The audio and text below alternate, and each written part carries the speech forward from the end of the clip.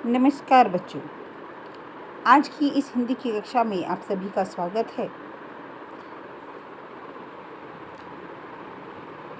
हिंदी भाषा के अंतर्गत हम बसंत नामक पुस्तक को पढ़ रहे हैं, जिसमें हम विभिन्न पाठों के माध्यम से विभिन्न जानकारियाँ प्राप्त करते हैं और इसी श्रृंखला में हम अपने शरीर और उसमें बहने वाले रक्त के विषय में इस पाठ के माध्यम से आज जानेंगे, जिसका नाम है रक्त और हमारा शरीर। आप सभी भली भांति जानते हैं कि हमारे सबके शरीर में एक लाल रंग का तरल पदार्थ बहता है, जिसके द्वारा हमारे शरीर को न केवल पोषण प्राप्त होता है, बल्कि पूरे शरीर में घूमते हुए वह हमारे शरीर को आवश्यक वस्तुएं प्रदान करता है। तो एक दिव्या और अनिल के माध्यम से इस पाठ में हम जानेंगे कि किस तरीके से रक्त जो है वो काम करता है। आप सभी जानते हैं कि हमारे शरीर में हड्डियां हैं, मांस है, रक्त है, हमारे शरीर के ऑर्गन्स हैं, विभिन्न पार्ट हैं, भाग हैं, अंग हैं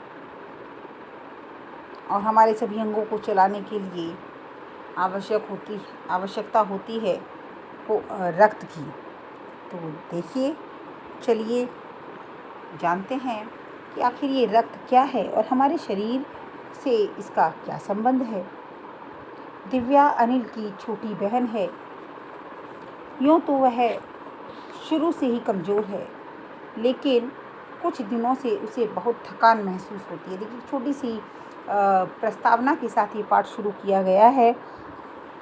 इसके जो लेखक हैं वह हैं श्री यतीश अग्रवाल जी, जिन्होंने बड़े ही सुंदर और सरल तरीके से, रोचक तरीके से आपको सब कुछ समझाया है कि शुरू से ही दिव्या कमज़ोर है, जो अनिल की छोटी बहन है, लेकिन कुछ दिनों से उसे भी थकान अधिक महसूस होती है। किसी भी काम में मन नहीं लगता, भूख भी पहले से कम लगती है। अस्पताल में जब उसे डॉक्टर ने देखा तो कहा, लगता है दिव्या के शरीर में रक्त की कमी हो गई है। अर्थात जब किसी भी काम में मन नहीं लगता, हर समय थकान महसूस होती है, तो यह कारण हो सकता है शरीर में रक्त अर्थात खून के कम होने का। जांच कराकर देख लेते हैं तो पता चल जाएगा। ये बात कौन कहता है? डॉक्टर कहता है, डॉक्टर बताता है और वो दिव्या को रक्त की जांच के लिए पास वाले कमरे में भेज देते हैं। वहाँ अनिल को अपनी ही जान पहचान की डॉक्टर दीदी दिखाई पड़ती हैं। अर्थात जहाँ वो ब्लड टेस्टिंग के लिए जाते हैं, रक्त की जांच के लिए जाते हैं, वहाँ जो डॉक्टर दीदी होती हैं उन्हें अनिल जो है वो भली भांति जानता है। अनिल ने बताया कि डॉक्टर ने दिव्या को खून की जांच के लिए आपके पास भेजा है। अर्थात वो जो दीदी हैं वो उन्हें बताता है कि डॉक्टर ने कहा है कि दिव्या की खून की जांच होनी है और इसीलिए हम आपके पास आए हैं। इतना सुनते ही डॉक्टर दीदी ने दिव्या की उंगली से रक्त की कुछ बूंदें एक छोटी सी शीशी में डाल दी। आप सभी ने भी शायद कभी ना कभी अपने रक्त की जांच कराई होगी, तो उसमें आपकी उंगली से कुछ खून लिया जाता है और उसी खून से, उसी रक्त से जांच की जाती है। अब जांच में वो क्या क्या चीज़ें चेक करते हैं, देखते हैं, जांच करते हैं, वही हम इस पाठ में आज जानेंगे। और फिर शीशी में डाल दी और स्लाइड पर लगा दी। फिर अनिल से बोली, अनिल, तुम कल से अस्पताल से रिपोर्ट ले जाना कि आज हमने रक्त ले लिया है, आज रिपोर्ट हम तैयार करेंगे और कल तुम रिपोर्ट ले जाना कि दिव्या के खून में क्या परेशानी है। अगले दिन अस्पताल पहुंचकर अनिल ने डॉक्टर दीदी के कमरे के दरवाजे पर दस्तक दी। भीतर से आवाज़ आई, आ जाओ। अनिल ने कमरे में प्रवेश किया तो पाया डॉक्टर दीदी सूक्ष्मदर्शी द्वारा एक स्लाइड की जांच कर रही थी। सूक्ष्मदर्शी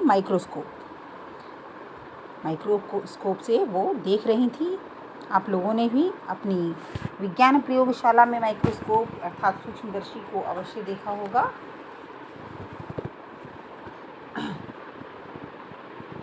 दीदी का इशारा पाकर वह पास रखी कुर्सी पर बैठ गया।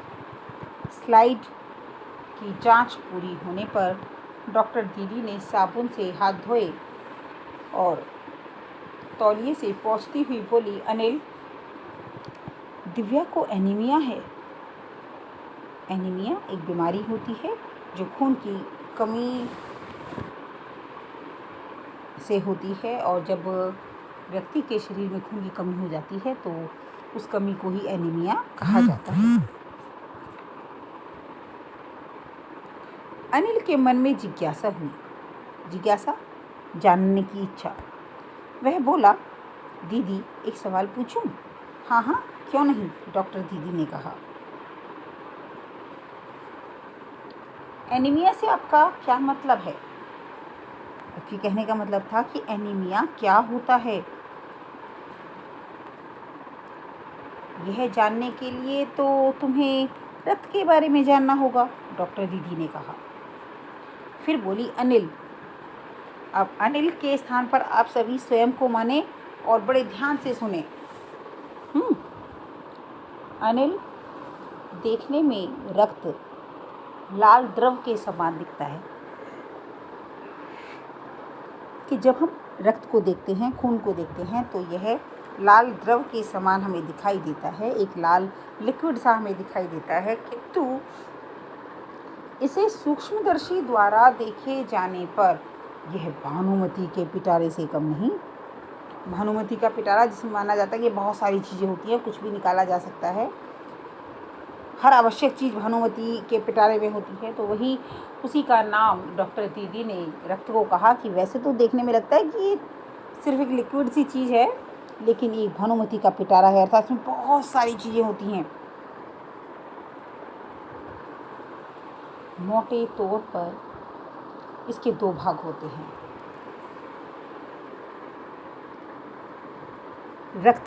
रक्त के दो भाग होते हैं, एक तरल जिसे हम प्लाज्मा कहते हैं और दूसरा जिसमें छोटे बड़े कई तरह के कण होते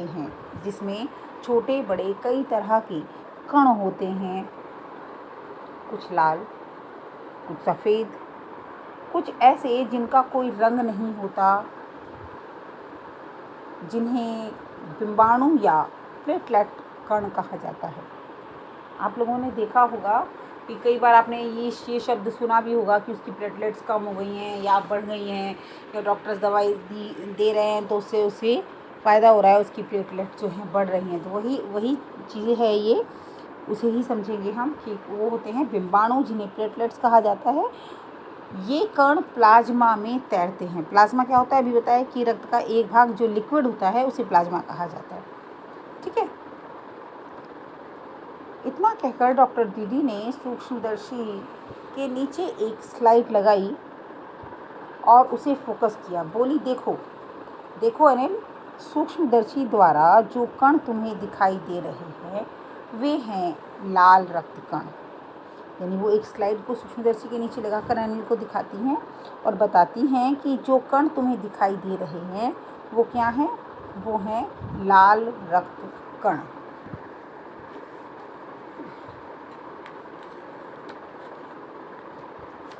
स्लाइड देखकर मानो आश्चर्य से उछल पड़ा था अनिल।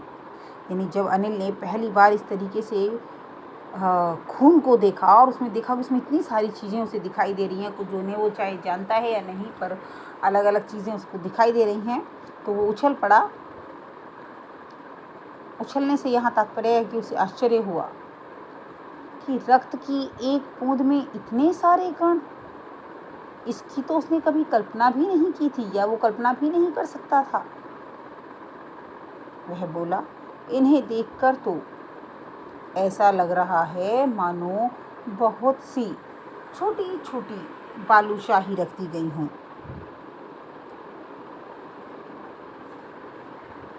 ठीक है, तो वो जो कण थे वो उसको बालूशाही जैसे प्रतीत होते हैं, क्योंकि थोड़ी सी एक बूंद में उसको इतने सारे कण घूमते हुए दिखाई देते हैं।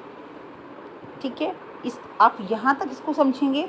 आगे रक्त में क्या क्या और चीज़ें होती हैं, कौन कौन से कण होते हैं, वो शरीर के लिए कैसे काम करते हैं, हम अपनी अगली कक्षा में जानेंगे। आज के लिए इतना ही। धन्यवाद।